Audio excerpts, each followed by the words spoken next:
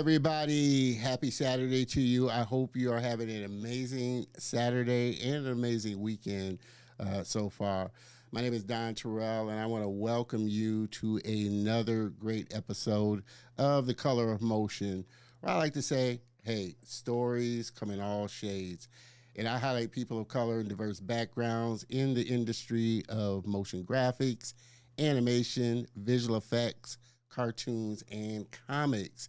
This space that I am just ecstatically crazy about, if you don't know by now. Again, thank you for joining me on the show today. We're here live every Saturday, 3 p.m. Central Time, on the YouTube channel, LinkedIn, the Facebook group, and the website for the show. So make sure that you get plugged into the Facebook group community, facebook.com/groups/The Color of Motion. Join the family. We're having a lot of great discussions, sharing industry news, and just all around fun. Also, like I said, we're here on YouTube, but I highly encourage everybody to always join and subscribe to the YouTube channel, youtube.com/Don Terrell. Comment, share. Definitely helps the algorithm, and it definitely helps to keep me going with sharing great content on the show. There, you're able to check out all the other past great guests that I've had on the show and all the content that I put up for creatives as well. Wow. Miss Granny, appreciate you tuning in. Miss Maggie, appreciate you tuning in there, being a loyal viewer for sure. What else?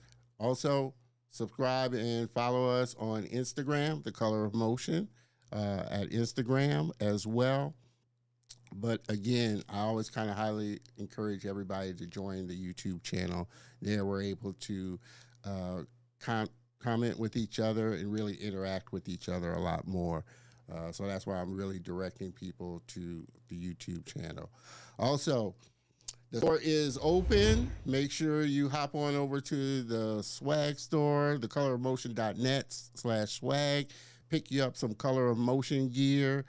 You can scan the barcode. It'll take you over there. We have a lot of great items, hoodies, shirts, mugs. We're constantly putting new stuff into the store, so definitely want you to pick up something. You know, my goal is I want to see as many people in the Color of Motion gear as possible.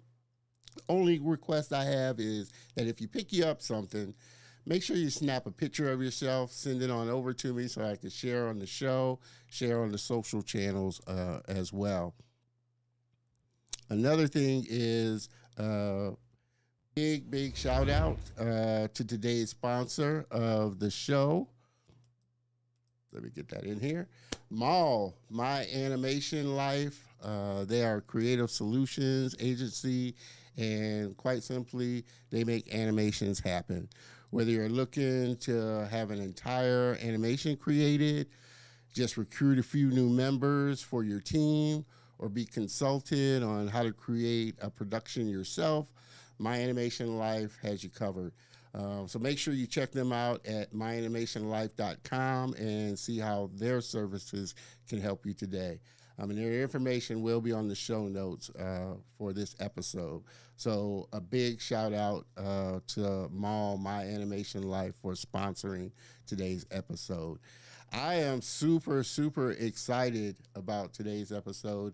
If you haven't figured that out by the post that I've been making throughout the week, I am a big follower of my next guest's content and the information that he shares.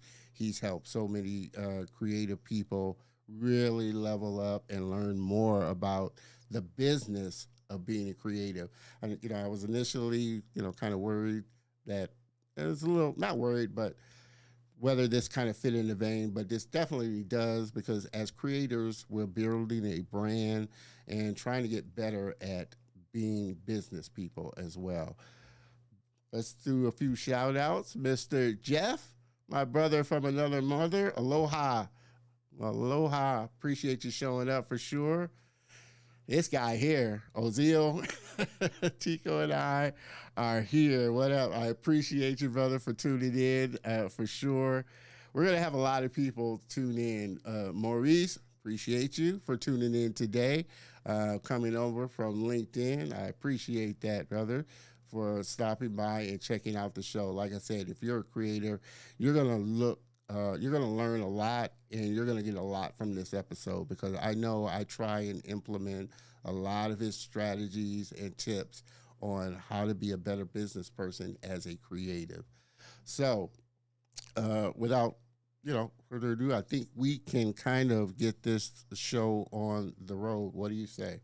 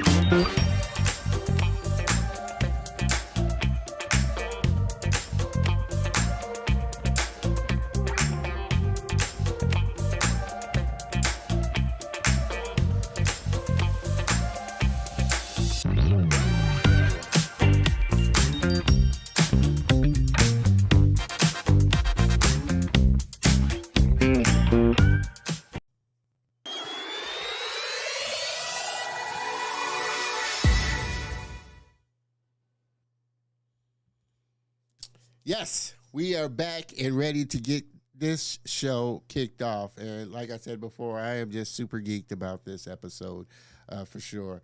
So without further ado, let me introduce my next guest. He is a self-described loud introvert, recovering graphic designer, middle child, serial entrepreneur, Emmy Award-winning director, educator, and founder of the company, The Futur.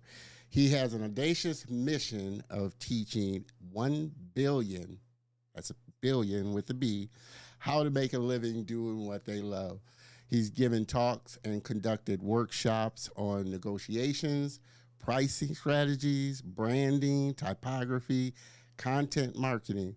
He has served as the chairman of the board of SPJA, advisor to Saleshood advisory board member of AIGA, Emmys not motion and title design peer group. Otis Board of Governors, Santa Monica College, and Woodbury University. He has taught sequential design for over 15 years at Art Center and Otis College of Art and Design. Additionally, he's lectured all over the world, including EOGLCX, Pinterest, Dribble, AIGA National Design Conference, Adobe Max, which I loved his talk last year, Birmingham Design Festival, Awards New York, San Francisco, Amsterdam, AIG Miami, the Design Conference, Brisbane, Hulu, Creative South, and so many more. If I read through all of them, the show would be over. So without further ado, everybody, please help me welcome my very special guest and friend, Mr. Chris Doe.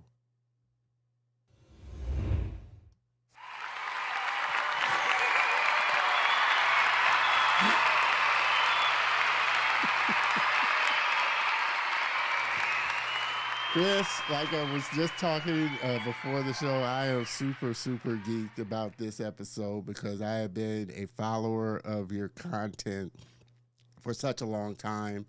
I worked to integrate and implement a lot of the strategies, which we're going to dive into on this episode. A lot of strategies in what I'm doing and what I'm trying to build as a brand. So thank you so much, brother, for coming on and gracing us with your presence. My pleasure. Happy Saturday to you. I need a broken glass effect. Like, that was pretty cool. I haven't seen that before. Oh man, like I said, we try and make it fun and engaging for everybody. Before I do get started, obviously, this is my biggest episode by far. So if you do have a question for Chris, please put a Q semicolon in the comment. That way I can filter it a lot quicker because we got a lot of comments coming in. Mr. Jeff, DJ Don, I appreciate you for sure. Oh, man. Miss Deborah Anderson, animator and modeler extraordinaire. What up, Doe? She's a big follower of your content. Dion Warso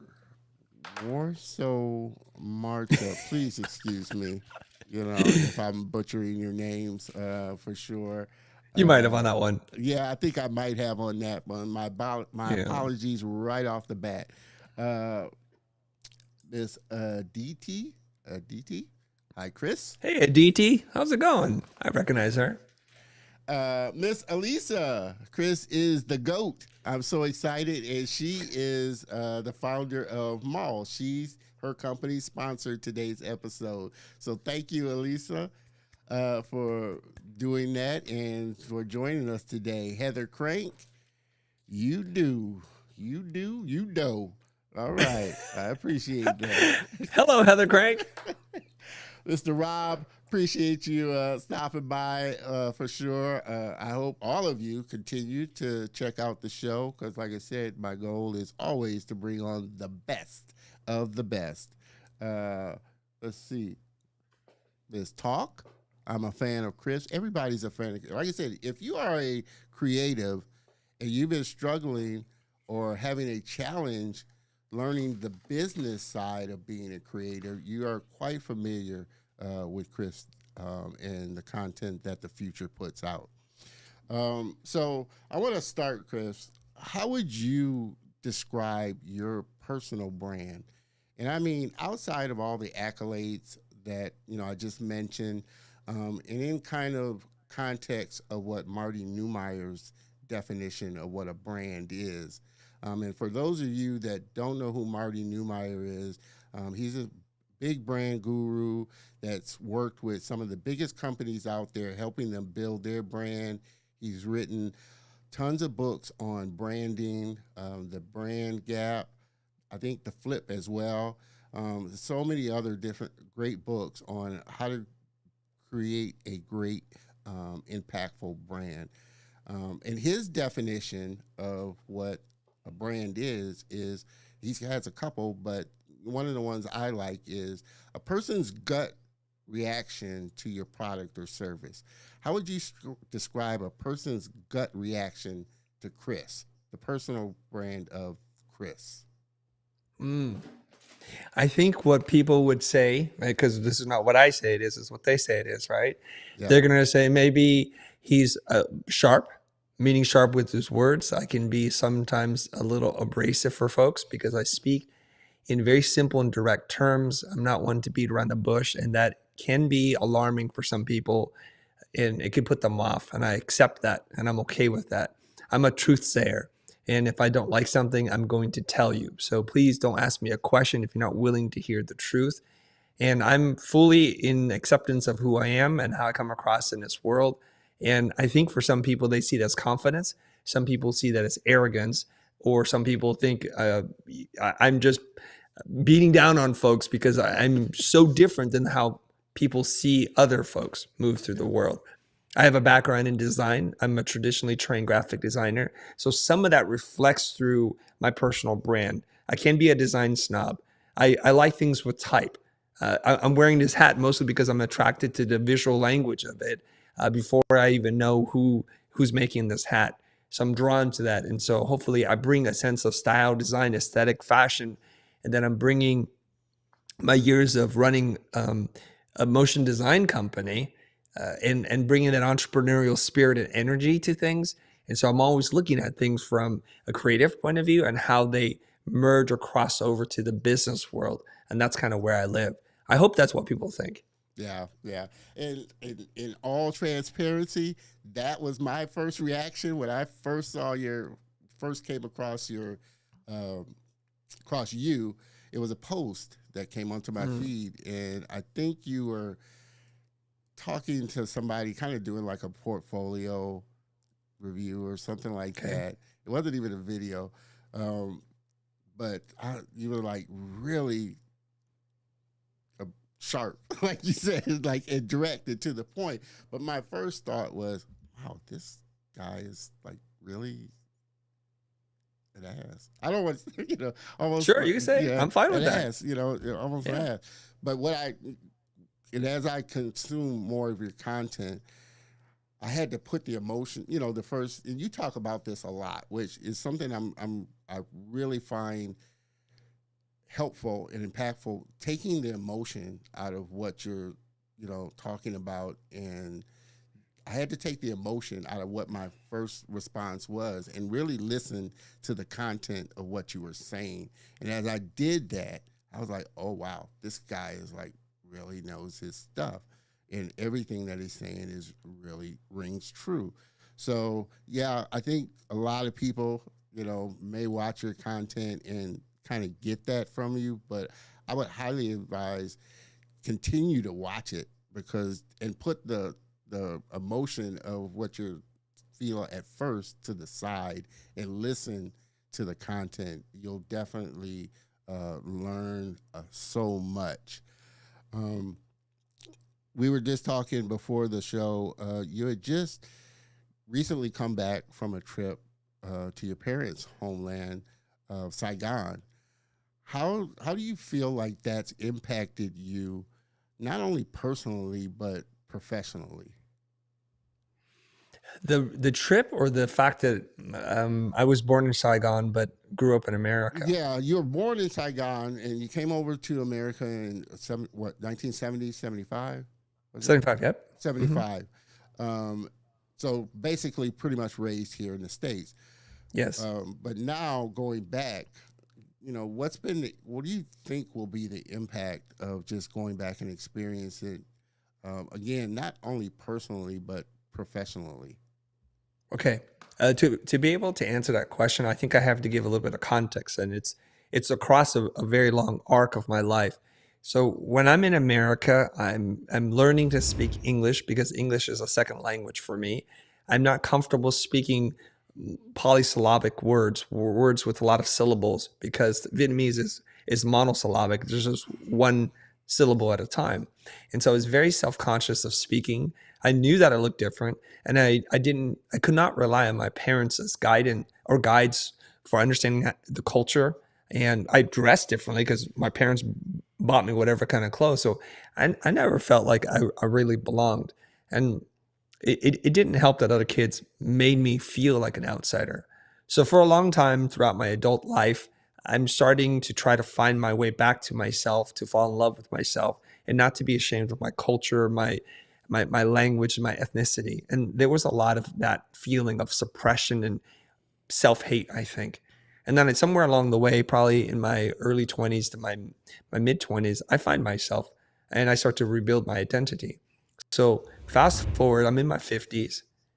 I go back to my birthplace, my parents' homeland, home country, and I'm trying to take in the experience. I think of myself as American, but clearly I'm Vietnamese.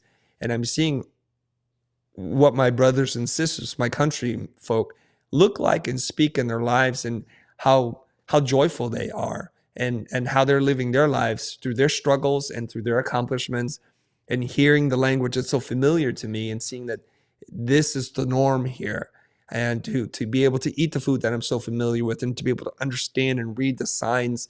So I feel like this instant connection, like there's a piece of paper and there's two dots and it folds together, and it doesn't take very long for me to feel like I'm here.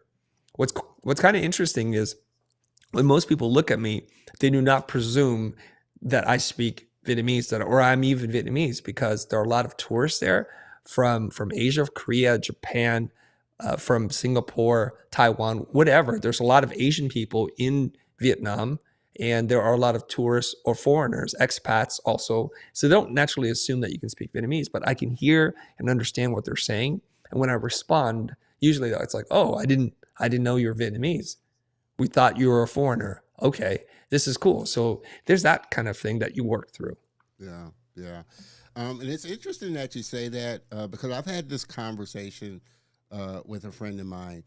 I'm a, I don't speak another language, but I am a big proponent of, a dual lingual person that's able to speak and conversate in other languages.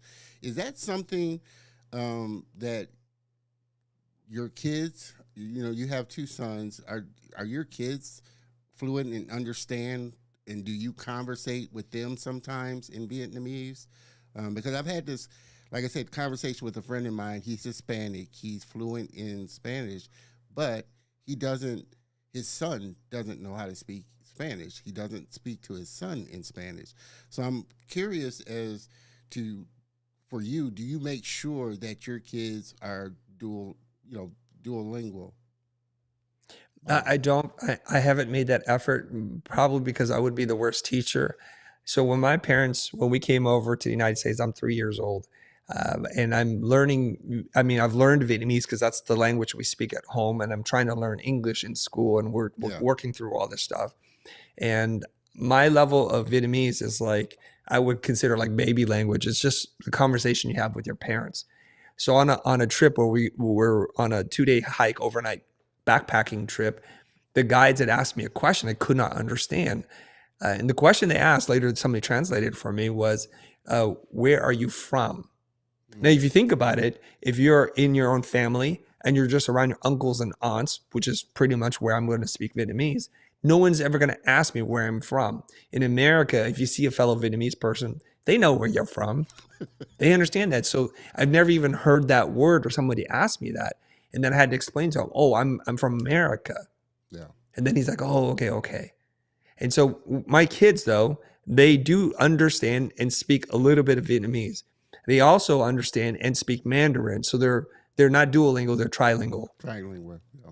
Yeah. And my son has learned Latin, and my other son had learned some Spanish. So there's lots of languages they're familiar with. Yeah. And the important thing for me was, I think there's some studies that go behind this, which is your ability to make certain sounds is kind of formed by the time you're 6 or 7.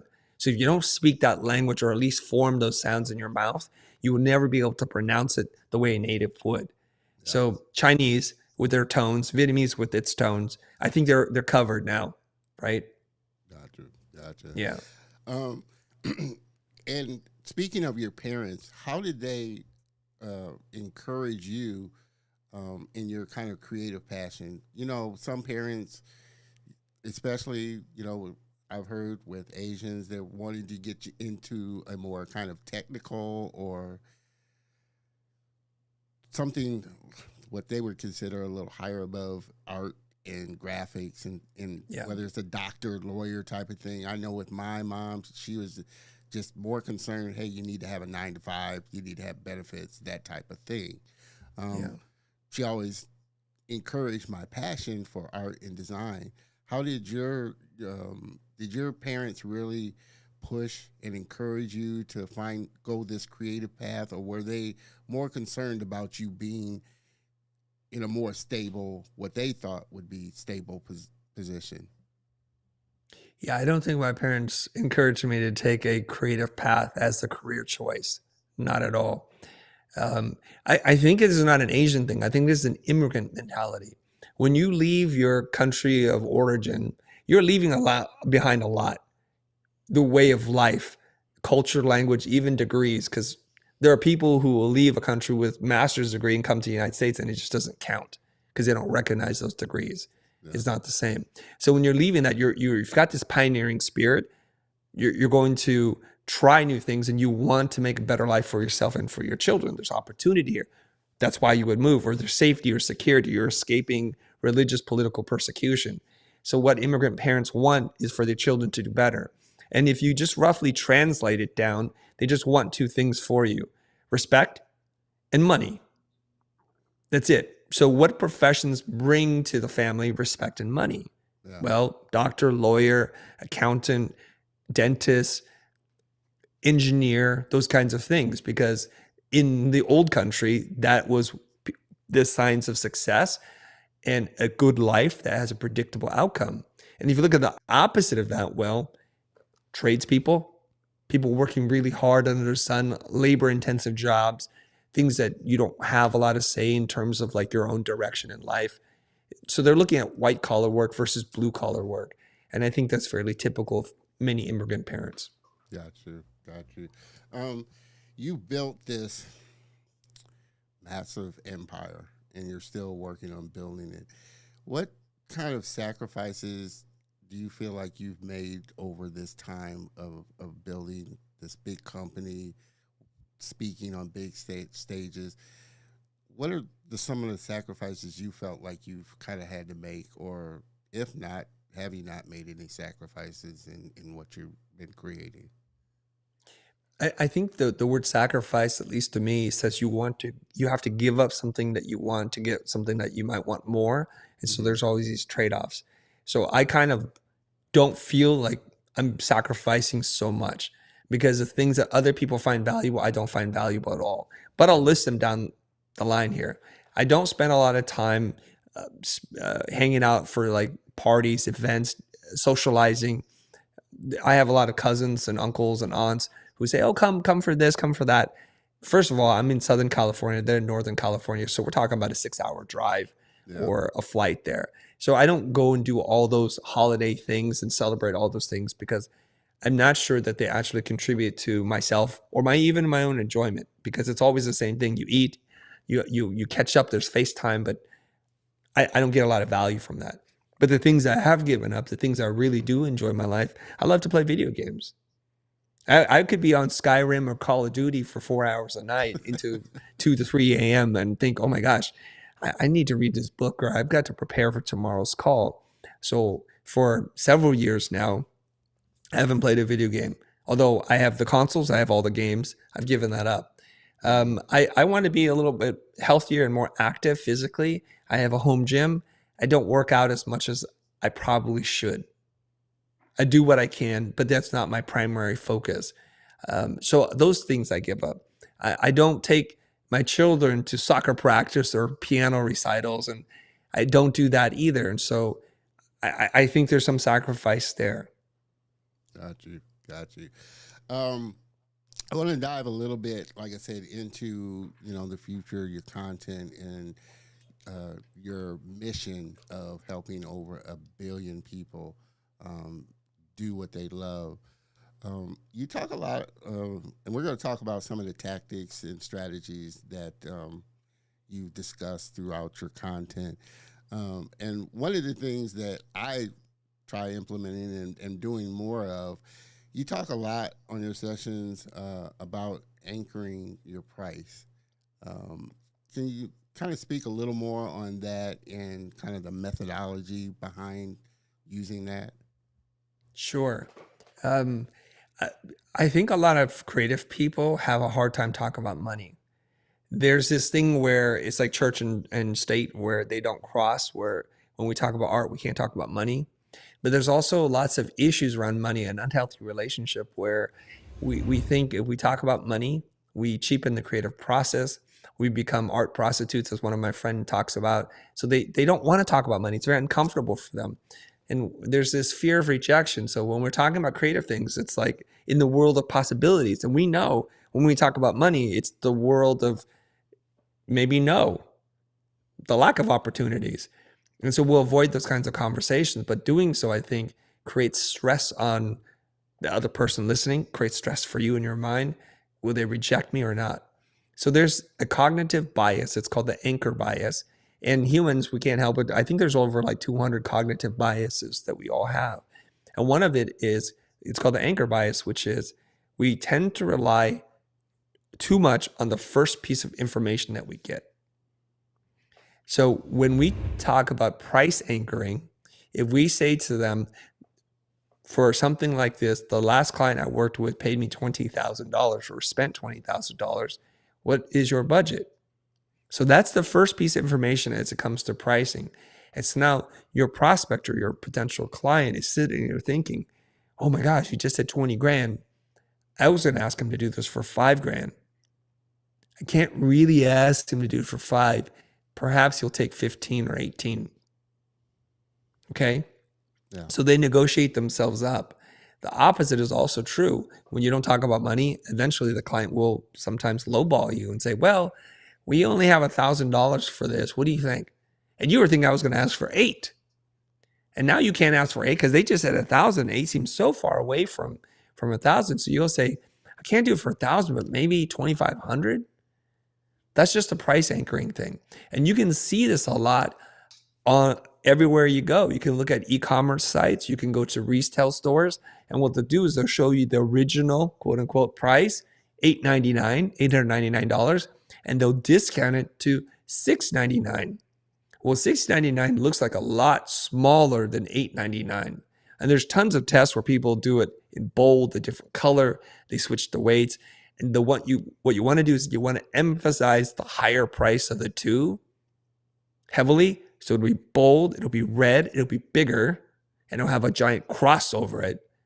And then it'll say $499. So you're sitting here thinking, oh my gosh, I'm going to save $400 if I buy it today. You don't think about, well, I'm going to be $500 poor by buying this. That's the anchor bias. Got you. Just to throw a few comments in here. I think Heather agrees with you. You need a breaking glass intro. I do. I need more effects. Appreciate that, Heather. Let me throw this in. Ms. Talk, virtual. I see Chris as someone who knows the answers. Yeah, I think that's kind of the persona when they listen to your content, that you have the answers for everything. But I think what I love about you is that you're really thoughtful and methodical in your approach and how you're, like I said, giving out information, which again makes you seem like you have all the answers to everything. Mr. Jeff has got his first question for you there. Sorry if this question sounds naive, but Don knows I'm just an old pencil scribbler. He's a great character designer for Disney. Let me put this up here again. But can you define brand, please? Is it for self-promoting your company's image, your own style, etc.? Thank you. Okay. We will talk about brand as it relates to people versus corporations, since I think that's going to be more applicable to your audience, right? Yeah. When you think about a personal brand, everybody that you come in contact with in the world, either in person or in virtual spaces, has some kind of opinion about you. And this is what we call prejudice. We prejudge things. So if you write a nice comment and you are very careful with your language, they think, oh my gosh, this person's very thoughtful. If you use very aggressive, violent language, say, I'm going to kill you, you know, blah, blah, blah. Then they're like, wow, this person's like hot under the collar. This person they're going to form all kinds of opinions about you. And what you're doing is you're building these relationships, small and big, deep and shallow, all the time.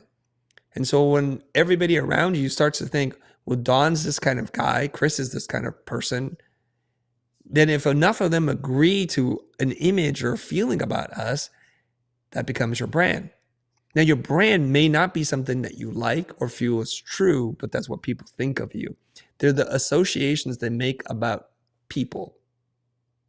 Okay? Now, we talked about this before. Depending on where you are in the world, if you see certain things, it signals to you you're safe or you're in danger. And I'll tell you what I mean. If we're walking down a street at night, I want to put it at night because it kind of creates a moment for us where we feel less safe because things are darker.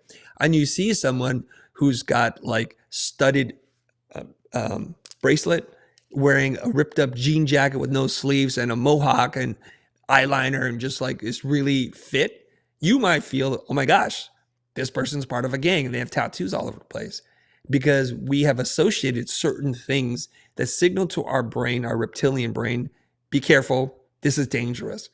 Conversely, if you see someone, say, walking, and I'm not even talking about skin color here.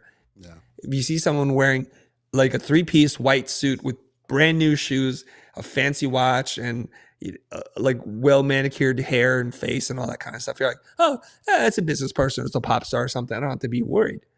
That person could be a drug dealer. The other person could be a doctor. We don't know.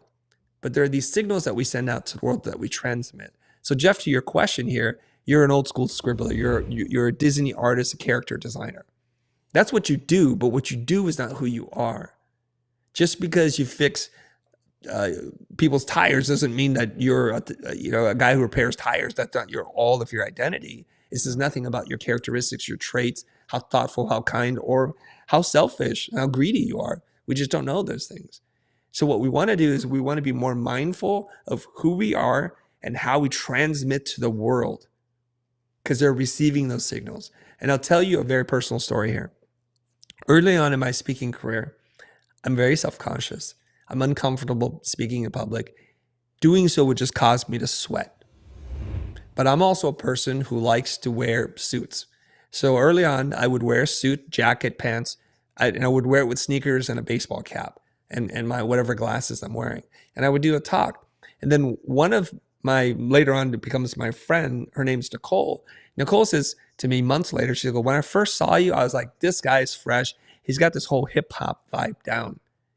I didn't think of myself as a hip hop person, but then later on I started looking at hip hop culture. I'm like, wait a minute, I understand what she's talking about. This mixture of refined with casual, like suits with sneakers and a baseball cap. And she got those vibes. So I started to understand, like, it was unintentional for me, but I have to pay more attention to these kinds of things to make sure how people perceive me is aligned with how I see myself. Definitely, for sure. We'll throw this question up here from my man Ozil. What advice would you give to someone who's trying to get more clients as a podcast consultant? If you could give that, a little thought at all. Yeah, I can. Okay, podcast consultant. Okay. Most people make decisions based on a couple of fundamental human things.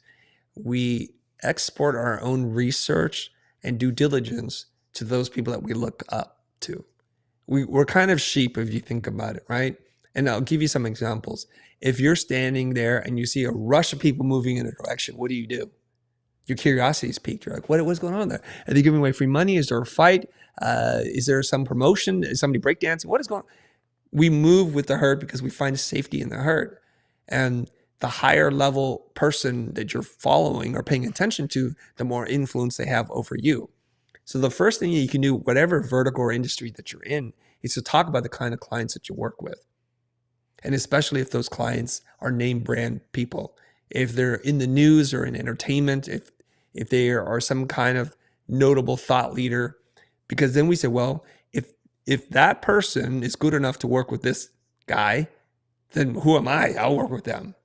So a piece of advice I got from one of my friends, he's a business person. He said, whatever vertical or industry you want to move in, make it so that you're working with the best top person in that vertical, and you'll get everybody underneath them. This is a wild concept, okay? So let me explain it in real terms. I'm traveling in China, and I said to my host, because we're speaking, and I said, I want to be big in China. I want people in China to know me and to want to hear me speak. What is the biggest star that I could work with that would create that impression on you? And they said, Beyonce. Okay, so Beyonce's big in China, like she's big everywhere, bro. I'm like, okay. I'm like, oh, Beyonce, that's gonna be a tough one. Yeah. Shoot, can you give me a couple of other options? So it's like I don't fail just trying for the one biggest star in the world. And then Coldplay. I'm like, Coldplay, okay. So my producer, Tobin, and I were flying back after a week-long, two-week-long trip to China. And on the airplane, I'm like, Tobin, do we know anybody that's worked with Beyonce? Do we know anybody who knows her? And he's like, no. I said, we do know somebody who knows somebody from Coldplay. He goes, we do? I said, yes, because somebody had reached out from their record label wanting to talk to us about a project. It didn't happen. Your predecessor was doing that. He goes, I'll go through his old emails. We'll dig this up. We'll figure it out. 3-6 months later, we're working with Coldplay. We make a music video with them. Chris Martin, the band, are in the office. So I'm like, cool. Now I've worked with whoever they think is the biggest person in this space. So when we go out into the universe, I'm like, yeah, we worked on a Coldplay music video. And then all of a sudden people sit up straight. They're like, oh, I didn't know we were having that kind of meeting. Oh, I didn't know you want an Emmy. Oh my gosh. Okay, let's straighten up here, everybody. So we take cues from these icons or symbols that say you're good enough to do something. So if you want to be a more sought after podcast consultant, talk a little bit about the clients you work with and what you've been able to do for them, because that signals to other people it's safe to work with you. And what you want to do is, well, I have no access to Coldplay. I can't get Beyonce. What you do is you work with someone that's a little bit within your reach at the edges. And when you work with them, you trade up. You just keep trading up. The example I would give to you is this. When I talk to most designers, who do you want to work with? Oh, Nike. Nike would be great account. I'm like, okay, but if you don't know Phil Knight, if you don't know the creative directors at Nike, it's going to be really hard. So I say, look into their supply chain. Nike doesn't manufacture everything. They work with printing companies. They work with ad agencies. They work with freelance designers, artists, and illustrators. They buy their shoelaces from someone. They buy sometimes their sole, the sole of the shoe from someone. Find one of them to work with. So let's just say they worked with LeBron James to do a shoe.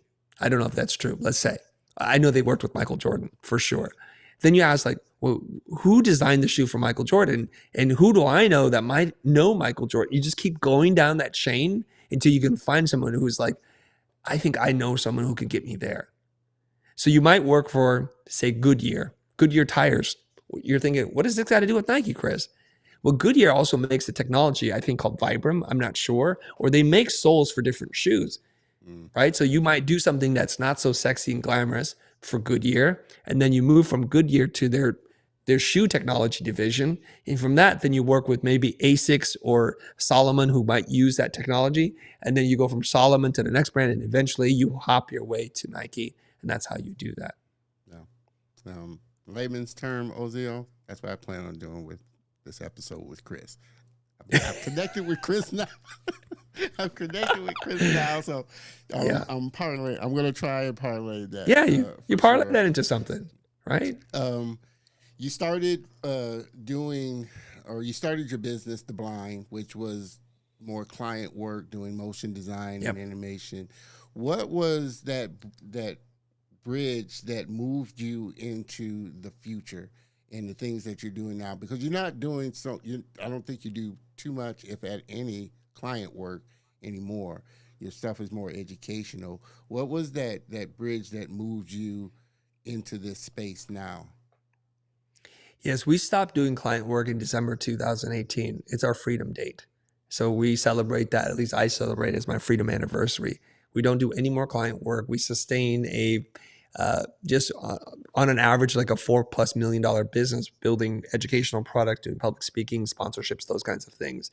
A lot of it is through products. So that transition wasn't super smooth nor easy for other people to see.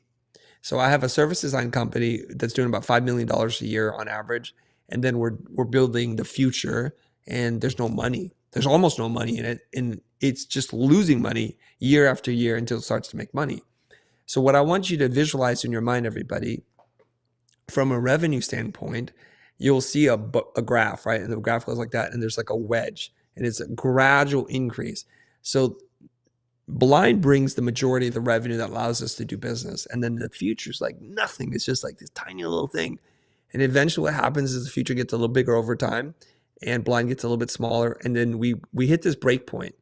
And the break point is there's a gap.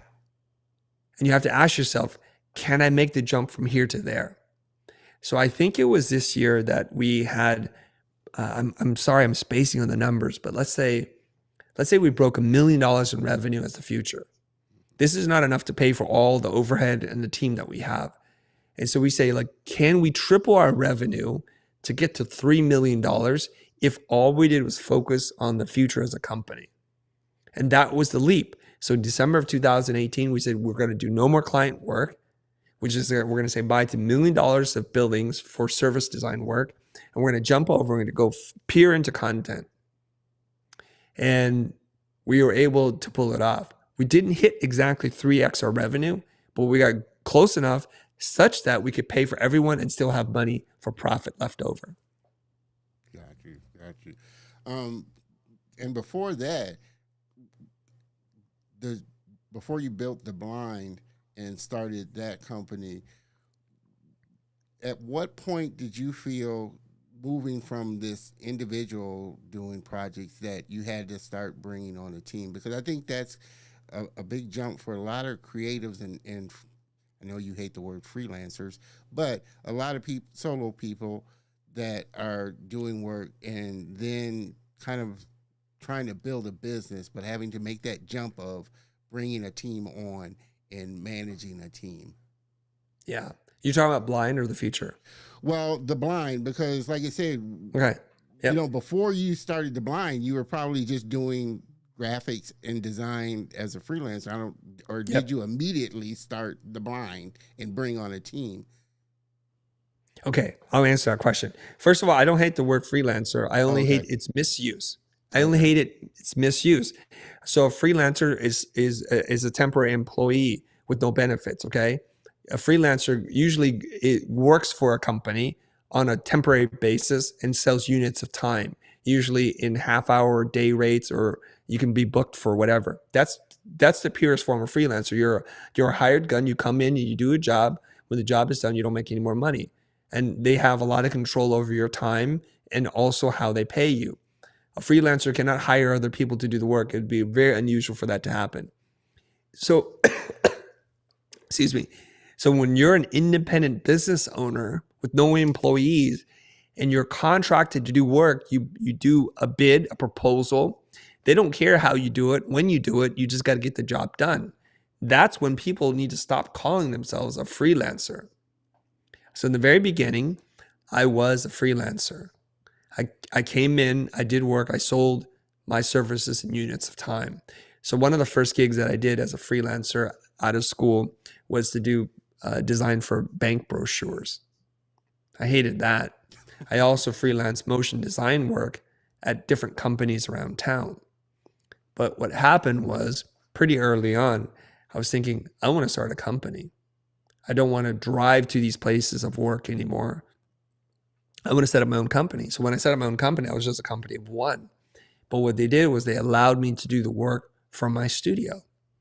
When they agreed to that, I switched over from being a freelancer to an independent business owner because no one was regulating my time anymore. I was working against deadlines and deliverables. That's all they cared about. So it's at that point, I'm thinking I'm only out of school for a few months at this point. And then I hire freelancers to come in to work for me that I pay money to, that then I can sell that work with some creative direction and some work for myself, package that up so I can multiply my productivity so I can do 2 or 3x of what one person can do. And I charge clients appropriately such that there was enough money left over, having after I paid people, money for me and some profit. So that was within months of graduation. So my company was started in 1995. It's also the same year that I graduated. And for you at that time, what do you think your biggest lesson that you learned in building your business?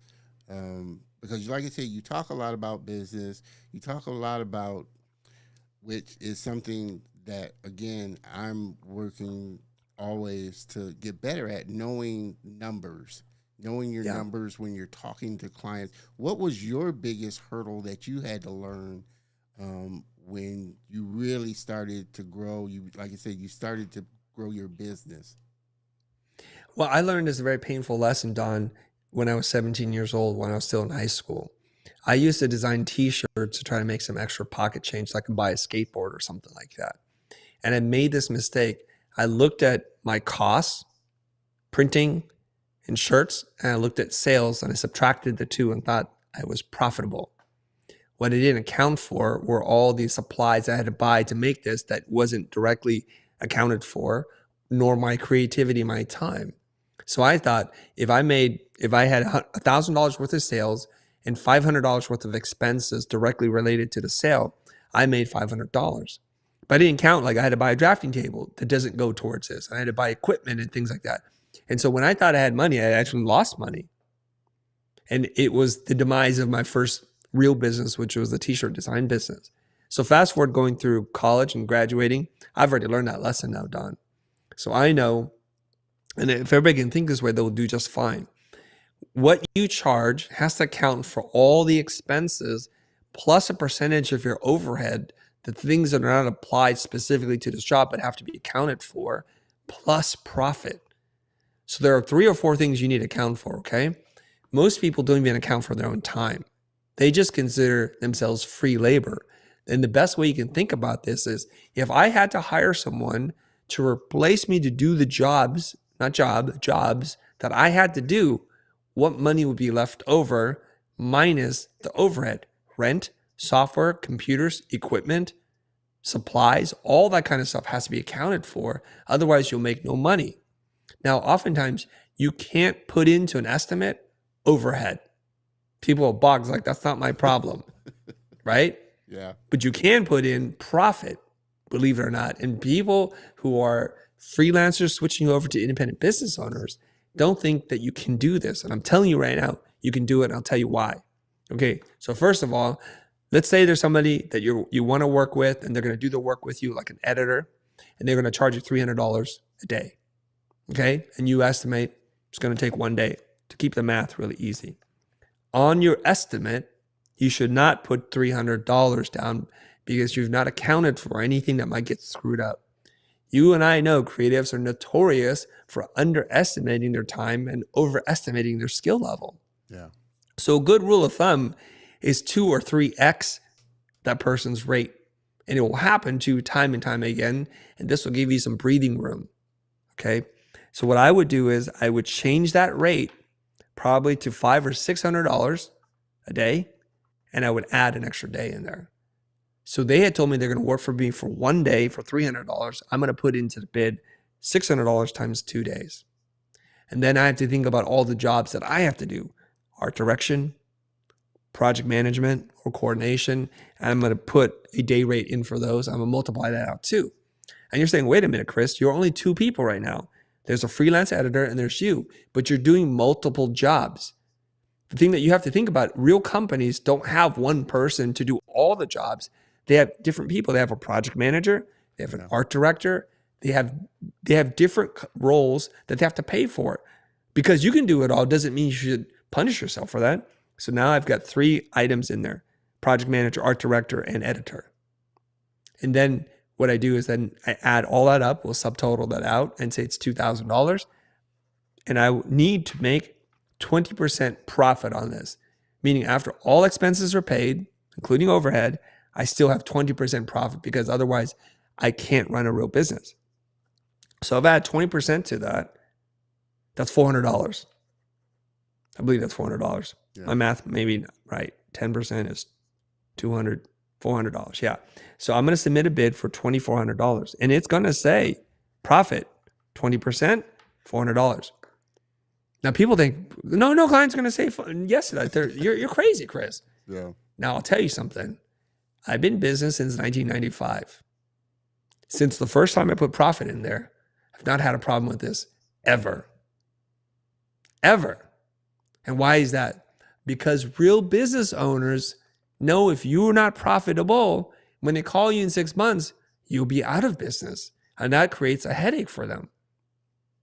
So if you believe in transparent pricing, you want to bid in an ethical way, you literally can do this and it's no problem at all. And if they ask you, why is there a profit margin there? I have to make profit. Yeah.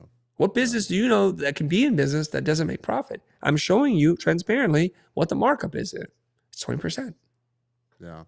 So knowing that as you started, like I said, the blind and, bringing on a team, was there a shift for you in the type of clients that you were going after and doing work for that, like you said, real business people that understood that you have to factor in profit, whereas I guess maybe a majority of, freelancers and solo artists, they're doing these projects and clients and things for clients that, like I said, do want to lowball them or aren't thinking like they'll pay $5,000 for a logo or anything like that. So did you have to make a big shift in the pond you were fishing in, so to speak? Well, no, not necessarily, but I'll explain it, and then you help me understand the independent artist mindset, okay?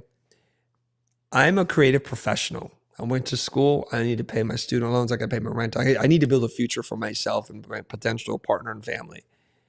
So I need to work with businesses, not individuals. Yeah. And businesses that can afford me, that are thinking about hiring someone to help them make a video or to do motion graphics piece or logo, they've been in business for some time. And so they're willing to make a calculated risk, and they want to buy something that then they know they can leverage to make more money on.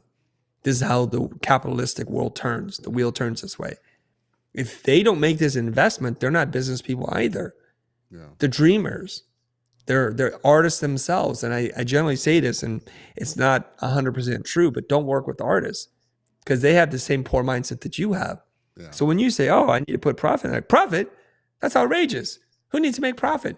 Because they themselves don't make profit. They don't expect you to. And I'll tell you something. I know very few people who treat strangers better than they treat themselves. So if they're starving, cutting corners, why would they say, well, you don't need to starve. You don't need to cut corners. Let me pay you everything that you're worth and more. Very few people do that. So this is why you generally want to stay away from solopreneurs who are not true entrepreneurs. Yeah. So when you work with businesses know there's overhead, there's supply costs, there's legal fees. They know that they have to make profit, and there's markup, and there's contingency fees, there's insurance. They understand this. It's because you don't understand it. You assume they don't understand it. Yeah. But you're the one who doesn't have the business skill. Yeah. And to that point, you're a big proponent of investing in yourself, and investing in your business and brand. What was the biggest investment that you made on your journey building the blind and the future? What was the best and biggest investment that you made? I'll tell you the best, and then I'll tell you the biggest. Maybe they're the same. Let me go first. I hired a business coach. I think it's 5 years-ish into my business. I hired a business coach. His name is Kieran McLaren. He's passed away since. I think at that time, he charged me $2,000 or $2,500 a month, every single month. I worked with him for 13 years. So you guys can do the math on that. It's a lot of money. Yeah. Right? It's more than a 4-year degree at the best universities in the world. Yeah. So I worked with him, and he transformed my mindset. He gave me the skills. He taught me how to say what I think. He gave me permission more than anything else to do what I thought I could not do. And it was a very transformative thing. And he did these things in a very short amount of time. Really short. And I'll tell you, if you ever hire a business coach, if you ever join a mastermind, the worst thing that you can do is go into it with a fixed mindset, not open to new ideas, and not willing to take action. A lot of people, believe it or not, Don, they pay me to give them advice they don't take. Yeah. And I'm not cheap. So I think to myself, what are you doing? This is insane. Yeah. Now, the biggest and best investment that I've made probably in my business is to buy real estate. So when we were able to build up our business, the first thing that we did was we went to buy a house. And I'm telling you, I'm as shocked about it looking back as I was then. I think it was 2.5 years into our business. We were driving, looking for a studio space on the west side. We found a house in Venice Beach that was beautiful, postmodern, and we could live there and work out of it. The only problem is that house was listed for $520,000. I'm still a relatively broke student. I think I have about $20,000 saved up or something like that. So in order to buy a home, you need to put down 20% as a person who doesn't have great credit. Now, luckily for me, my girlfriend at that time, then my wife, her mom had $100,000. So she gave us the money so that we could buy the house. That's 20% down, right? Yeah. So with $100,000 down, we were able to buy a $520,000 home. Within a few short years, we sold that home for $2.2 million. And so that was a big investment. It allowed us to be able to run our business. And then once we moved out of the house, we were able to sell that house for, I don't know, $1.7 million profit in a matter of just years. Now, I want to bring this up for a couple of different reasons. If you can, people, if you can put yourself in a place where you can afford to buy real estate and you have an eye for like neighborhoods that are in transition, there's tremendous upside potential for you there. It's not for everybody. I'm not here to give you real estate investment advice, but it worked out really well for us and gave us a lot of capital to work with. Number two, I tell you that story because I realize not everyone has a mother-in-law potential that can give you 20% down for purchase of a home. And the third point I want to make is in this world, money makes money. And that's the truest example of it. If I couldn't afford to buy that, I would be renting, throwing my money away. And we just kept applying that formula over and over again. Okay. So when we were running our business, we had to then move out of our house into a legitimate office space that you can't live in. It's commercial zone, okay, for office. Now, I wanted to buy that building eventually, and the owner did not want to sell. So eventually I found another property I was able to buy, and I'll tell you that story. We found a building. It was sold for $1.1 million, the biggest purchase that we could make at that time. Fairly risky. We put a couple $100,000 to fix it up. Now that property today is worth over $5 million. We still own it. We collect rent on it. And it's making us money. And so again, it's real estate. Yeah. And it's funny that you mentioned that because I was just listening to an interview with a local business friend. I don't know if you've ever heard of Bun B. He's real big down here. He's opened up a restaurant, Trill's Burger, and he was talking about it. And he was saying the biggest lesson that he learned in being a business owner and building a business. And he learned this from somebody he knew with Walmart, was to own the land that the business sits on the property. Walmart owns all the property that all the Walmarts sit on. And he was saying that was the biggest lesson that he learned as a business owner, that you need to own the property itself. So I thought that was interesting. Do you feel like a lot of people, because you do have a pro group and you do have groups, membership groups where you're helping creatives, do you feel like that's a big thing that we as solopreneurs, independent creators struggle with building and understanding the true nature of a business, dealing with clients, knowing the numbers, and being okay and comfortable with having that conversation of money up front? What do you feel like the number one thing that you've seen through all the people that you've coached have come through the program that is in common that we just struggle with?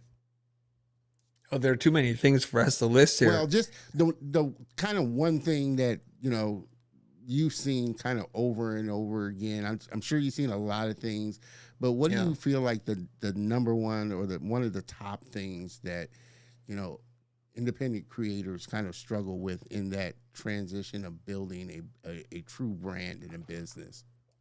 Okay, this is me playing business therapist, guesser, right? I'm just going to try and guess at certain things here. But the way I look at it is like this. When you're running your own business, chances are it's just you. You probably don't have any employees. You might not even contract any work out.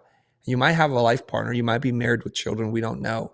But the chances that they themselves also are in the business is pretty rare. So if you're a videographer, chances are your spouse is doing something different. Hopefully something a little bit more stable, right? Yeah. And so you can't really just come to them like, hey, so I'm having trouble with this. And you don't know where to go. And there's this, I think it's a scarcity mindset, a lack mindset, where we think we can't divulge to people what we're doing, so we can't actually get help. We can't tell them, I'm struggling to make ends meet, or am I bidding this project correctly? Should it be $4,000 or $40,000? I don't know.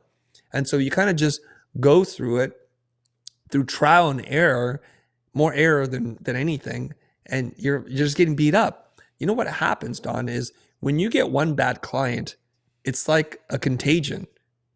You get more bad clients just like them. Yeah. You know this. It's like you get one cheap ass client, they have 40 friends and they refer all their cheap friends to you. And it's just, Yeah. it's brutal. And they tell them, oh, work with Jimmy or Jenny. Yeah. They can do this for $100. Yeah. They're like, wow, okay. And you just keep doing this forever. And you don't realize something. You don't realize what your effective hourly rate is, your EHR. When you look at the amount of time that you've worked and you take your gross billing for the entire year and you divide those two things up, you might be making $6 an hour. Some people go around celebrating their projects, thinking they make money, but when they actually do the math, they paid for the project. It's negative. When they actually think about hiring someone to replace them to do the work, they're actually charging less than someone they could hire, which is mean you're working for less than the going rate. This happens so much. And so they're just living in this constant state of trying to put some money on the table, thinking it's better than nothing, and they have nowhere to turn. How do I know this story so well? And that was me, Don. So when I started out, I don't know how to bid. I don't know how this game is played. I know how to make design. I can do that. Yeah. Now, luckily for me, I'm in Los Angeles and there's a lot of opportunity. So people pay me more than they would somewhere else. So I have breathing room. The amount of money I'm generating far exceeds my living expenses by design because I lived very thriftily, very frugally, right? Yeah. And so I'm not going to be in that place where I'm outspending my ability, my means. And so from that moment, I'm very fortunate to meet business people who work in the creative space, producers, project managers. And eventually I meet someone who's like, oh, Chris, let me do the bid for you. I'm like, a bid? Show me what that looks like. And they're using an Excel spreadsheet. It's 5 pages and they're punching in numbers. I'm like, how'd you do that? And you can watch, and I'm a smart person, quite observant. I can see, oh, you start mapping things on a calendar. They translate. This is how I know how to build an overhead marking up rates. I was like, wow, this works? Well, when we submit the bid and it's accepted, I'm like, this must be the way. So you start to learn. And you go through this whole arc where you hit plateaus. You can't escape that ceiling. And I was thinking, is it just I'm an idiot? I can't figure this out. I can't win these big projects. But it's because I needed to find someone to show me the next step. And you just grind away at it. You lose job after job, opportunity after opportunity, and you feel horrible about yourself. Those are all the phases that I went through. And I struggled through it until my talent afforded me the ability to hire a coach, which I mentioned before. Yeah, yeah. And the coach started to teach me things that I thought I already know these things, and apparently I didn't. And the reason why I create coaching communities or why people hire me to do one-on-one consulting is because they need a piece of information that's critical to getting them to the next level. And here's the good news, bad news. No matter what level you're at, there are higher levels, which is good. So if you think you've hit a great place and you're really happy with your life, just know that if you want it, there are higher levels that you can attain. And that eventually you'll need to find someone to help you get to the next thing. This is why that expression exists. What got you here won't get you there. Yeah. Doing more of the same will get you more of the same. Yeah. And so that's what they need. Now, the biggest way I can summarize this is something like this. All of us, myself included, we need to find someone we trust. They don't have to have all the answers, but the more important factor is we trust them. So that when they give you a piece of information, that you will be able to implement it. So I look at this to summarize it. It's like we need permission. We need permission slips. So when I tell your audience, and they'll watch this later, I'm like, I didn't know you could charge for profit. It's not like this radical concept. It's one piece of information. And if you trust me, and I've given you permission to apply it, when you do, you'll put another 20% in your pocket so that you can survive and play this game for as long as you want to play the game. And it will just come from one piece of information. Some of the people listening today will hear this and say, nah, he doesn't know what he's talking about. This is unethical. It's not right. So they got the piece of information. The problem is they don't trust me. And they don't need to trust me. Yeah. I've not earned your trust, but I'm also not responsible for your outcome. So we create coaching groups like the Pro Group and Accelerator because people need the information, but more importantly, they need the permission that this is going to work. that you can do this. Yeah, yeah. And at this level that you're at, you know, post Kier McLaren, your coach, what investments are you making currently in learning and, you know, building your business even to the next level? Are you investing in another coach that's giving you more information on things that you're wanting to learn about? Or do you feel you're at this point now where, you know, we're making money, I'm pretty good about, you know, learning, I can kind of figure it out myself and kind of learn things myself? Or are you still taking that step to make a investment in yourself and in your business? Yeah, so the business is a little bit different these days. So I'm continually making investments, but they don't look the same, right? So it's like, I even think about this in terms of the coaching that you buy. You're in a different company, you're in a different place. You don't want to apply the same coaching because that coaching that got you there won't get you here. So it's different kinds of coaching. The number one way that which I love to learn is through books. You can see behind me, I haven't clearly read all the books, but I've read some of the books, a small percentage. And the books are written by people who have spent a lot of time thinking about how to communicate an idea. Now, what I have to do, excuse me, I have to read the books, I have to consume it, I have to understand it, and then I have to implement it. The challenge is I have a whole team now, so me reading it and consuming it doesn't actually help us because the people who are doing the individual tasks that need to be done from marketing, sales, project management, web design, UX, UI, they need to do the development too. So what I do is I pay for them to learn what they think they need to learn. Yeah. So they identify, I need to learn copyright. I need to learn community management. I'm like, great, green light, approve the budget, go learn that thing and then apply that. So there's two problems here. If they identify the wrong problem and they learn that, that's a problem. If they identify the right problem and learn it, but don't apply it in the way it was taught to them, then we have another way that it breaks. So there's lots of ways for this to fail. Where I'm spending a lot of my time and money is by talking to really smart people who are very successful entrepreneurs. I consider myself a little bit of a high-level thinker. So when I hear a big idea, like start a coaching mastermind, charge this amount, I don't feel like I need all the steps. I understand the concept. I can figure it out. I will apply it through trial and error and I will get there.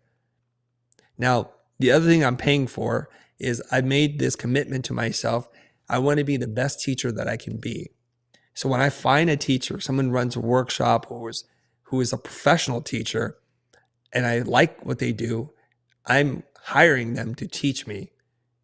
So I want to learn lots of different teaching models and philosophies so that I can incorporate them in myself. And what I also do is I run workshops where I'm learning from the people who are participating. So what I do is this workshop should be $10,000. I'll charge you $1,000. I don't think they understand that, but I'll charge you $1,000 because I'm going to work through this problem with you.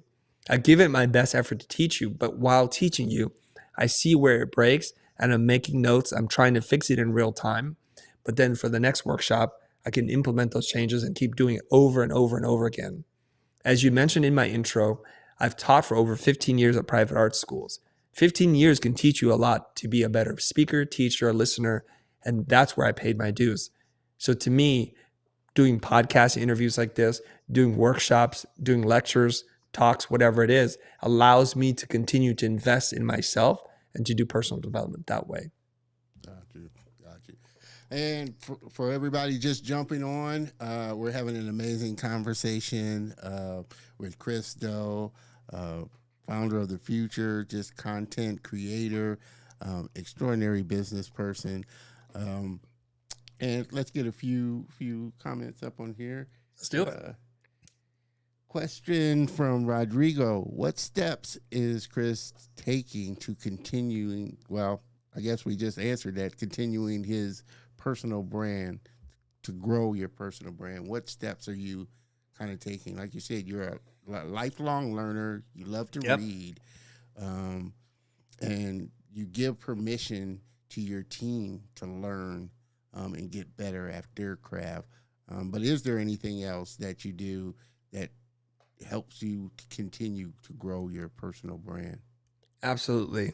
There's two components I can think of off the top of my head. Number one is you have to be better at articulating who you are to the world. And that requires some degree of self-reflection, self-awareness, and self-acceptance. I think I know who I am, and I'm totally comfortable with who I am. So now I need to communicate that to the world. Like you said at the beginning, you saw a video of me critiquing somebody, you thought, what an a-hole, right? I'm okay with you thinking that, by the way. As much as Simon Cowell or Gordon Ramsay is okay with you thinking that they're a-holes. I'm almost 100% sure they're not like that in real life.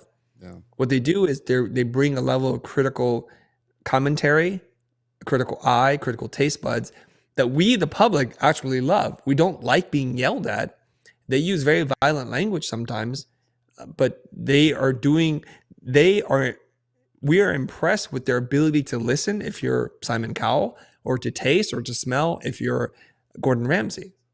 We understand that, right? Yeah. Like when we watch those competitions, especially like American Idol back in the day, Paul Abdul will say something really nice.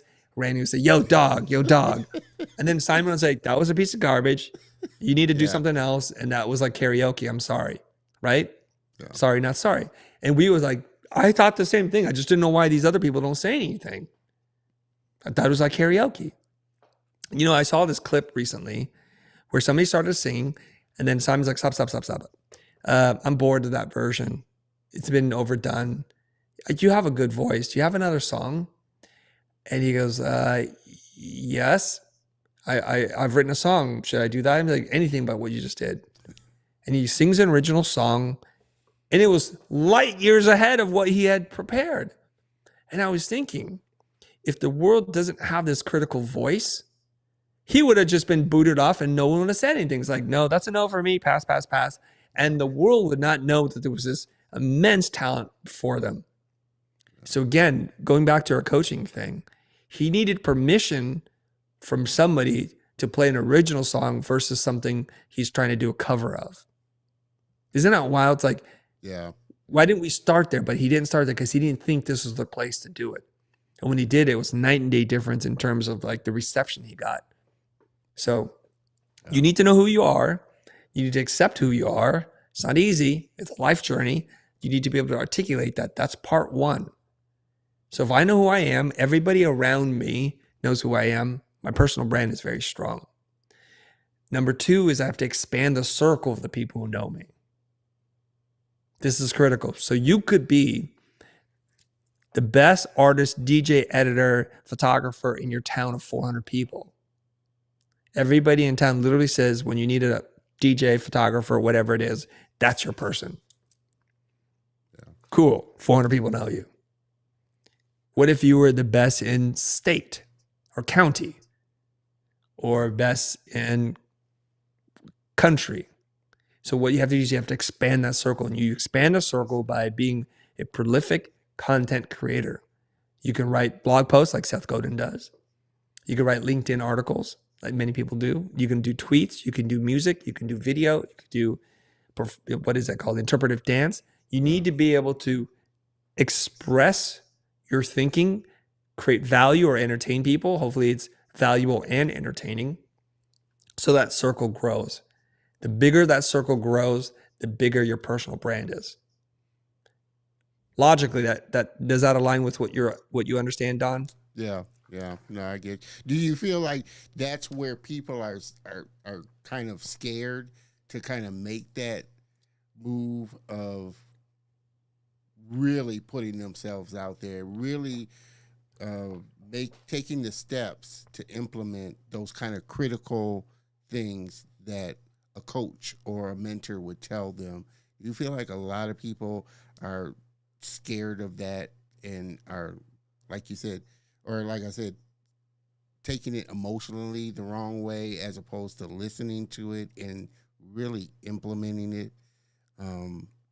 As far as the information that you give, you say you could be talking now. You're dropping a lot of knowledge, but a lot of people won't implement. They'll hear it, but they won't implement it. Do you feel that's that big gap of hearing what you hear and implementing what you hear? There's a big gap, clearly, because everybody would be living their best lives today. They would have really strong relationships. They'd be a great parent. and they would be a great employee or a boss or run a beautiful company, whatever it is that excites you. But there's lots of things that are getting in the way. When it comes to the fear, and the fear is real, we're afraid of lots of things, mostly rejection, negative feedback, or potentially we aren't who we think we are in our own mind. So let's just say you think you're a great basketball player and there's a 3x3 tournament that's going on and all your friends know you're like a really great basketball player. And you're like, nah, I can beat those people. This is stupid. It's NBA or nothing, you know? And you're like, well, no, there are other interim steps. You could trade up. Like, no, because their fear is if I play in the 3x3 game and I don't perform well, this vision of myself, how I define my own identity, will be shattered. That's why people don't post things. That's why people won't release video. I know people who've literally recorded days worth of footage, like hours upon hours of footage. And I asked them, how many videos have you released? I haven't released any. I'm still working on the edit. Yeah. See, because if you don't actually have to put something out into the universe, you don't have to confirm what you're afraid of finding out, which is it might not be that good. Or it might be really great. We just don't know. So you just have to get over that fear. But the second part to your question, which is, why don't we implement the things that we learn? First, because we didn't have an open mind. We weren't showing up today to learn something. Or maybe we don't have visibility or clarity on the problem we're trying to solve. Lastly, we'll make up some reasons as to why this information is not going to work. And usually it takes shape in the form of, well, what guarantees do you have that this is going to work? What evidence do you have? Or my situation is so different than the one that you talked about. Or easy for you to say when you're living here doing that and you look this way. So what they do is just make up reasons why they don't want to apply. And I think this, Don, and I'm pretty confident this is true. If you give me 40 people to work with, and I can somehow just brainwash them. I can say, you know what? This is military boot camp. Shave your head. You have no identity. You're a serial number. You wake up when I tell you, sleep when I tell you, eat when you do 400 push-ups is what we do. I'm pretty confident I can help all of those 40 people achieve their goals.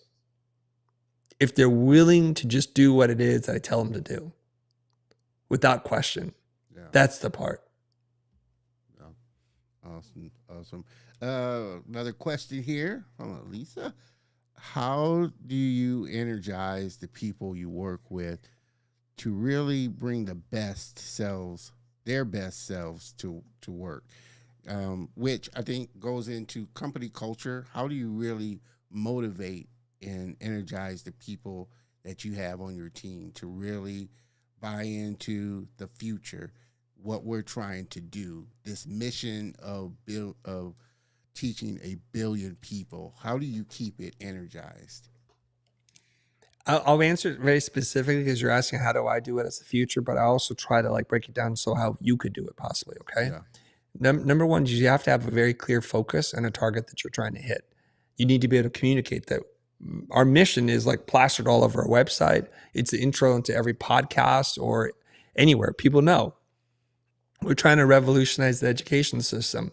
And we're going to do that by teaching at scale as many people as we can, leveraging digital tools and technologies and platforms. Only way you can reach 1 billion people. So people know that we're an education company. If this excites you, we'd love to hear from you. If you consume parts of our content and have been energized by it, transformed, or just believe in the way that I'm trying to do it, join us. So 90% of the work in having a team that's energized by what we do is to pick the right people in the first place. So oftentimes people make the mistake of hiring for qualifications and not hiring for personality and culture. It's very, very important. We've gone through this a couple of times in the 2 iterations of companies I've had. First as Blind and as the Future, where we have people who don't share the same values, work ethic, and that drive to really hit this thing home. If you don't personally feel moved by the fact that we're able to help thousands of people through education to better their lives, we don't want to hear from you. That's just the bottom line. So when you're very clear about who you are, what you want, and you're able to articulate that, what it does is it creates a wall. It keeps the people out who aren't aligned And hopefully it clearly defines we're in here, come inside, we're working on this thing together. At the beginning, we won't be as confident if this is the right way. But I got to tell you something. I'd rather have a small company that doesn't make a lot of money, that are aligned in what it is we're trying to do, the culture, our beliefs, our philosophy, our goals, than to have this gigantic thing that is all over the place that's just not about anything. So we've been talking a lot about branding. It's like that's what the personal brand is. So Don, if you couldn't get past that first critical video where I'm reviewing a portfolio, you're not part of this group. You're not part of this community. You won't tune into the other videos where I actually teach people how to make money or help them with a mindset or something else. So you don't get the benefit and I don't get the benefit. We both lose out. You don't get the information that you need and we don't get the audience and the movement we're trying to build. So that's super clear. So I've learned this, and hopefully I won't keep making this mistake, is you have to be very selective of who you bring into the castle, because it takes one rotten apple to ruin the bunch. Because what happens is the good people that you have start to wonder, is like, why is Bob never showing up to work? Why is Bob always pushing their work to other people? Or why is Bob more interested in tech and apps and not education? Yeah. So we want people to drink the Kool-Aid, so to speak. Yeah, for sure. Right? That is true. And you definitely, I'm a big proponent of being really mindful of the people you surround yourself and bring into your inner circle, so to speak. Mr. Javier has a question. How should you approach salary expectations when you have a job offer from a startup business that doesn't have a specific budget, but the position is demanding a lot of attention and time? Again, how should you approach salary expectations? I guess requesting, your bid, what you're charging for the project at hand when you're dealing with the startup. And I don't know if that goes to maybe you're dealing with the wrong type of companies and that type of thing. Could be. Every company knows what they can pay. There's just a gap between what you want and what they're willing to pay. And we have to go through that. So when we don't know what the position pays, we should just ask. And they are kind of obliged to tell you. So let's say you're applying for the senior design position, right? Whatever, senior design director, let's say. Well, you say, well, what's the salary range? You should be able to ask them. If they can't tell you, they're playing games. And at some point you're like, we got to go. Yeah. He did say, or she said, it's a startup. So startups don't have that same history, right? Yeah. That could be the challenge there. And so you can say, well, what does a comparable company pay that's in the space that we're in? We have to take all those things into consideration. And, in real estate, they're called comps. You know that, right, Don? Yeah. So when you're trying to sell a home, they look for comparables. Basically square footage, style, all that kind of stuff, neighborhood. So it doesn't help to show you what a square foot in Beverly Hills sells for if you're in Tennessee. Those are not comps. So you're looking for comparables. So you're looking for startups that have similar attributes and a position. And if you could do a little research, you'll be able to find that out. But we don't have a lot of power because we don't have the information. They have most of it. So you should be able to ask and they should be able to tell you. And you can say, can you give me a ballpark idea of what the range is for this position? It's not about the person, it's about the position here. And if you have some outstanding special attributes, exceptional skill, then you can go beyond that range. Yeah. Okay. So let's say the range is between 80 to 100K and it has certain perks. And you're like, okay, the perks and the benefits all the same. Sounds good to me. But you helped your last company in that same position go from startup to funded company, and then they exited at $100 gazillion billion. You're like, well, that is something that's exceptional about me. And you can point to that. So you can say, well, I know that at the top end is 100K, but I need to be at 120. Is that something we can do or no? And you just have a conversation about it. Now, I'll give you a real example though. I haven't worked in a salaried position except for like twice in my life when I was like 22. So it's been a long time. But something similar happens. Like when a client asks you to do something you've never done before, I don't want to Mickey Mouse around. I just literally tell them, I've not done this before. What are you guys thinking? What is this worth to you? Let me work around that. If it's reasonable, I'll do it. If not, it's not for me, right? I was invited to be a consultant for a virtual reality experience based on some of the ideas that I produce. So like, Chris, we don't know. We can pay you 10 grand to do this. I'm like, okay, how about we do this? I'll agree to do for 10 grand. If it turns out to be a lot more work than the 10 grand, we'll have a conversation. So we'll leave this open. Is that fair to you? Fair to us. At the end, it felt like it was a reasonable amount of work given the amount of money, and I really enjoyed working on it. Done. Open, clear, transparent communication. I'm not posturing. If they want to posture, if they're not good people, I say, this is not a good fit for me. I don't want to work on this because I don't want to work with you. Yeah. And to that point, is that what you? Cause a lot of some of the creatives I know, kind of struggle with having that kind of back and forth conversation with clients. Do you find that that's another big thing that solopreneurs and creatives, when dealing with a client, especially a big client, kind of have that back and forth of figuring out, the best solution, or do they just accept the first thing that's offered to them and feel like it's a blessing to get it? Okay, I didn't think I'd get it. Kind of negotiating type of thing. This is as varied as there are humans on planet Earth. Some clients understand the value of money, take lots of risks, and whatever you say, like, okay, you're credible, let's go. They roll the dice. I do this too. Sometimes we hire people, I'm like, I don't need to do so much due diligence. I have money I can waste and try, and if it doesn't work, it doesn't work. I won't hold it against you. It's fine. Because I look at the opportunity cost, right? And the reason why some clients will just approve a budget and you just without a lot of haggling is because they accept that as part of the risk. And they're willing to roll the dice, because the opportunity cost is if I spend all this time researching, talking, negotiating with you, defining scope and deliverables, blah, blah, blah. I've lost money because I couldn't do this other thing. Yeah. I have 10 ideas I'm going to try. This is just one of the 10. I'm willing to lose money here. We need to understand that. People who invest, like venture capitalists who invest in startups, they know out of 10 companies, one might work. They only need 1 to 20x their money for it to work. So they play that game. They don't want to sit there and overthink every decision. And that's how they make even more money. So sometimes the clients agree to your price without negotiation is because your price is so freaking low.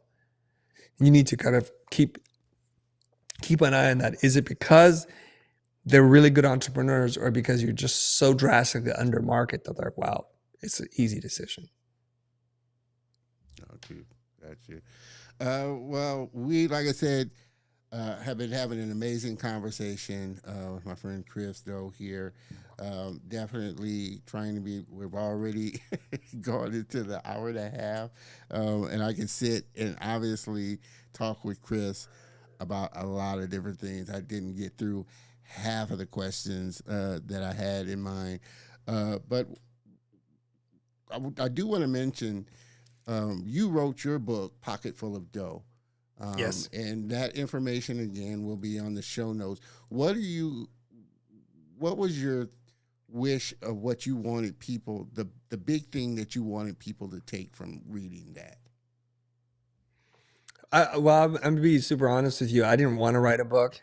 I only wrote the book because our fans across the different social channels, like, please, can you encapsulate your different thinking, your philosophy? We find that to be helpful to us. So I'm like, oh, okay. Start a Kickstarter project. And I said, if it doesn't fund past $30,000, I'm not doing it. And we wound up doing like almost 80 grand. So I'm like, I guess I better do it. Right.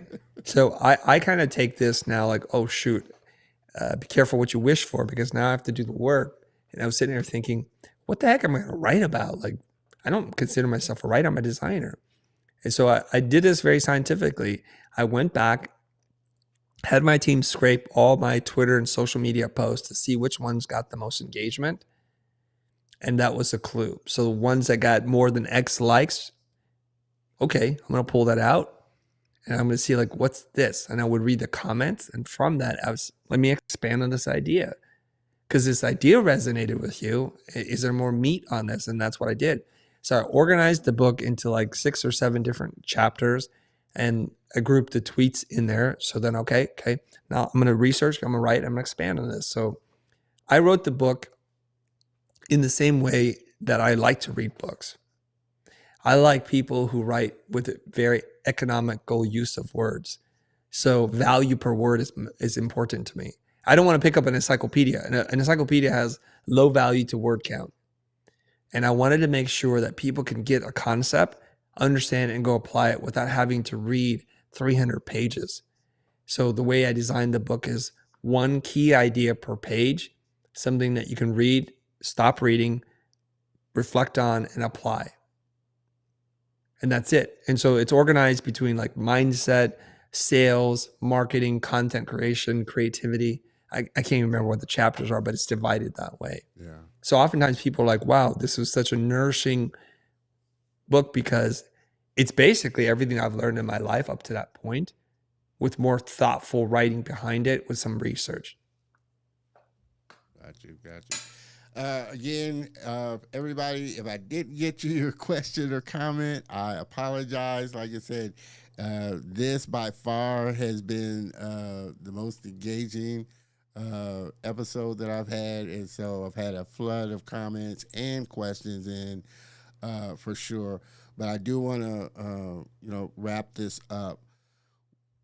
Can you give us, because I'm a pretty tactical person, I like when I listen to something to give me tactical things that I can do and work on. Outside of your content, which everybody should be consuming and getting into, what are 3 either books or resources or people that you would say, hey, you need to consume this content to really get better at being a creative business person? A creative business person. I know you've often talked about Blair Enns and his book, and I have his book on my shelf, The Win Without Pitching Manifesto. It's a great book. You should read it. What other resources would you say are great resources to help creative people be better business people? Okay. Since you already mentioned Win Without Pitching Manifesto by Blair Enns, I'll pick something else. I'll say that if you need to learn how to market your business, and I don't know any business that doesn't need to learn how to market, I would read pretty much anything that Seth Godin has written. I would start with All Marketers Are Liars, Permission Marketing, This is Marketing. And he has a very modern definition of marketing that goes against how most people think of marketing. So most people talk about marketing like it's advertising, and marketing is totally different. It's not spammy. It's not invasive, intrusive. So permission marketing, All Marketers Are Liars, we start to understand the psychology of what it is we're trying to do. And the way he describes marketing is it's the generous act of helping someone else get what they want, not what you want. Yeah. So he expands on that in permission marketing. He says permission marketing is when someone volunteers to participate in a long-term marketing campaign of increasing value. The example of that would be, I see some clothing brand that I like on Facebook. It's an ad usually. I'm like, oh, that's interesting. And then I click on the link. So then I go to their website and I'm like, hey, would you like to sign up for email notifications? And I look at a couple of things. I'm like, sure. What's the first thing they do? They give me a 20% off discount code for my first purchase. That's it. I'm like, this is starting off pretty good right now, guys. Right? You're encouraging me to buy something and you're willing to take a hit on the long-term profit to build me as a valuable customer. And usually this kind of ends here. But some really good retailers do this. They're like, hey, Chris, it's your birthday. It's coming up. We want to give you this. Or we saw that you're looking at this and we're going to just give you specifically a code to do this. Or we're going to expedite shipping. Instead of it being 3 days, it'll be there tomorrow at no extra charge to you. And so they're looking out for me. Here's the lookbook for 2024. Here are trend reports that you might be interested in. So some things that they do are good and some things that they do are really bad. If they send me email notifications for a new wardrobe drop that are like high heel shoes for women, they've messed up that process. And you laugh, but you and I have both received emails that it's clearly not for us. Yeah. Let's say I don't have any teeth. They're like, here's the new toothbrush you'd like. Guys, are you paying attention at all? Yeah, you're right. Right? And they do this all the time. Yeah. And they also do it right a lot of times too. It's really, really interesting. Okay, so Seth Godin, pretty much any book he's written on marketing. And I would encourage you also to follow him on Instagram. He's a very thoughtful person. He has a very specific lens into the world, and there's a lot that you can learn. And I love it. And he does dip into branding and other things, but he's really known for marketing. The next book I would probably suggest that you read is a book on sales. So there's a classic one. It looks a little dated when you look at the cover, but I think it's a beautiful book on sales. It's called Socratic Selling. It's written by Kevin Daly. Daley, Kevin Daly. And Socratic Selling is like, I think written in the 80s or something, judging by the cover design. I don't know when it was written. And it takes a different approach. It says, excuse me, if we took this approach like Socrates, hence Socratic, from the word Socrates, from the name Socrates, is we ask our clients or prospects lots of questions. It's a much better approach than trying to pitch and sell and convince. So when I saw that book title, it was at a used bookstore that I saw, I'm like, Socratic Selling, I got to read this book. So I buy it and it's wonderful. And if you like that book, you'll probably also like the book. It's called Sell How You Buy. Sell How You Buy combines principles of Socratic selling, Chris Voss's book, Never Split the Difference, and several other books. Dr. Cialdini's book, Influence the Psychology of Persuasion, right? It brings all those things together. So it's a bit research, a bit practical application. It's got all these concepts. It's all in one book. Also refers to Brian Tracy a lot too. So it's like the updated version that collects lots of different thought leaders in a space plus their own personal experience. So it's a good book, Sell How You Buy. So you can see the kinds of books that I'm really attracted to. Yeah. Permission marketing is like, oh, that aligns with my values. Socratic selling, Sell How You Buy. That's how we should do it. Okay. The third book is going to be not related to any of these things. I'm going to tell you to read this book. It's called How to Tell a Story. And it's written by the Moth Radio program. So it's a collection of stories, and the Moth Radio Hour is a multi-decade long program that champions storytellers. And so you can listen to them on NPR and those kinds of stations. And so what I would recommend people do is buy the audiobook, and if they can afford it, buy the printed copy. But the audiobook from my friends who've purchased it tell me it's better than the book, because in the book they make reference to storytellers, but since it's a podcast, the audiobook actually has those stories being told by the actual storytellers in it, in their performance, in their emotion. So it is a different experience because it's a collection of really beautiful stories with an analysis as to why these stories work. Yeah. What's the book title again? Believe it or not, How to Tell a Story. How to tell? Okay. How to Tell a Story. Yeah, Mr. Wolf said that he's reading that now, How to Tell a Story. And all of this information is going to be on the show notes. So make sure that you hop on over there, check it out. Like I said, these are great resources, along with, I'm sure, a lot more that are out there, but these are ones that, stuck out with Chris. So you definitely want to take the opportunity to dive in it and absorb it more. Like I said, I picked up Blair Inn's book when you started talking about that, and it definitely reframed a lot of how I was thinking, for sure.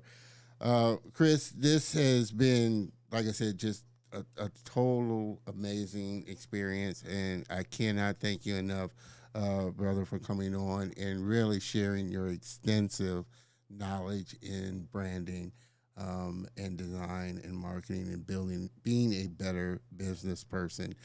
Make sure that you hop on over to Chris's social channels, check him out. This is where you can connect with him. He's on pretty much every, you can see how long the social platforms are. He's everywhere.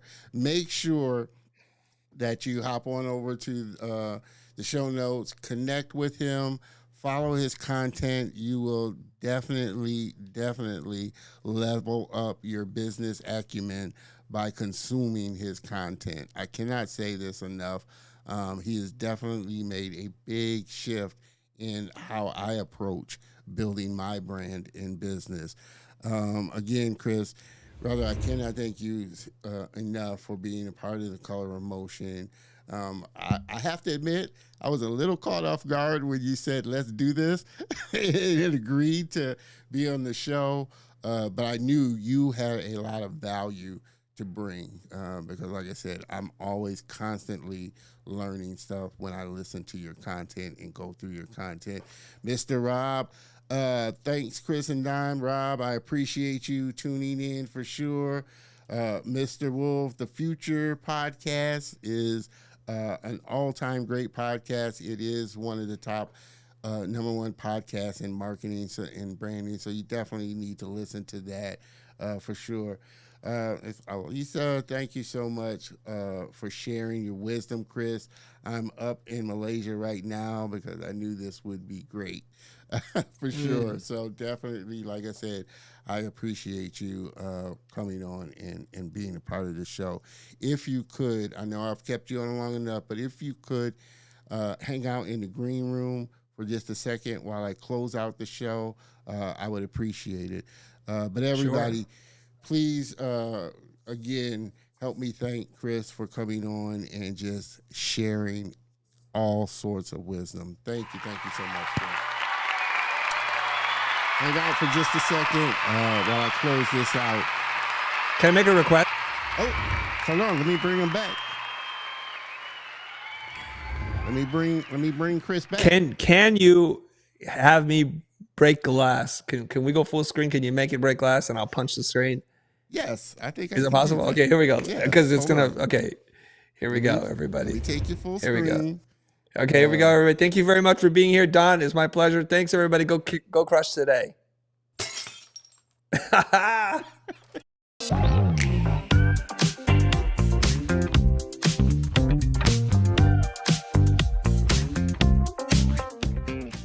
had to come back. That way I have my thing set up, it goes through its whole playlist. Again, man, this was amazing, people. Appreciate that, Wolf. Like I said, I thank you so much for coming on. Thank everybody for coming on and sharing a little bit of this Saturday. Miss Maggie, you know I always love when you show up as well. Appreciate that. Miss Heather, I appreciate that as well. I know Chris appreciates the love that all of you have shown him. Again, I can't thank you enough as the viewer, really coming and getting behind the show that, like I said, helps encourage me to keep moving forward. All the great guests that I've had on the show. And like I said, 2024 has been an amazing start so far. We've had some amazing people on and plan on continuing to do that for sure. So thank you, everybody, for all the love that you share. Next week is going to be no exception. Make sure that you tune in next Saturday because it's going to be another great show. So looking forward to sitting down, talking with my next guest, Mr. Tony Fam, founder of TCOM Studios. We're going to have a deep conversation about motion design, motion graphics, and all that he's been doing. So you definitely don't want to miss out on that as well. With that, I'm going to close this out. Again, I cannot thank you enough, the viewers, for always supporting and tuning in to the Color of Motion show. My goal is to make this the biggest and best show that I can make it. And without you, the viewers, and without all my great guests, there's no way that I can do that. So thank you. Have a great week. I will see you next week. Same bat time, same bat channel. Cheers, everybody.